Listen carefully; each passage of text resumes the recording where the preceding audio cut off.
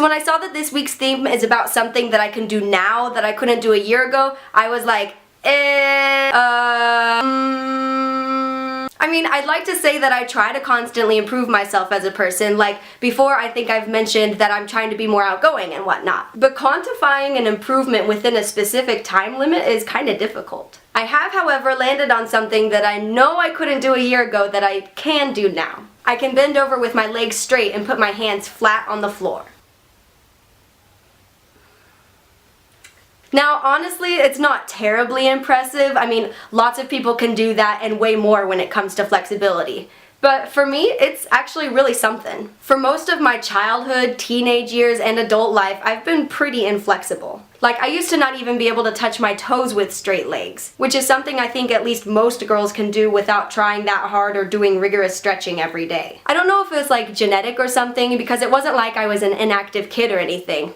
Anyway, it never really bothered me that much. Being inflexible never really held me back from anything, although it was sometimes a little embarrassing. But a couple of years ago, I decided I wanted to increase my flexibility because I knew it would feel good for me physically and mentally. It was a way for me to improve myself and really see the progress, so I started stretching every day when I had downtime at work. I started noticing improvement in my flexibility that same week, which was definitely reaffirming for what I was trying to accomplish. I don't have a set goal necessarily on how flexible I want to get, mostly because I just want it to be a habit that I carry with me through life. But what I learned from this change in myself, I think, is just as important as the improvements that I made. So often it's easy for me to tell myself, well, I can't do that now, I probably won't ever be able to do that, so there's really no reason in trying.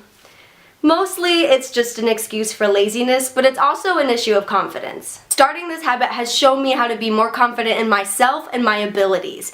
It used to be so easy for me to be like, meh, I'm inflexible, it's just how I am. Sure, improving yourself is hard and it takes time, but if you put it in your mind and say to yourself, I just gotta do this, I gotta keep up with it, you can really build your confidence and be proud of yourself. Like I said, a lot of people are phenomenally more flexible than I am, but I'm really proud of myself for wanting to make this change, for believing in myself and sticking with it, and for doing it all on my own. I don't have anyone else telling me to do my stretching. I self-motivate, and that makes me feel really confident and in control.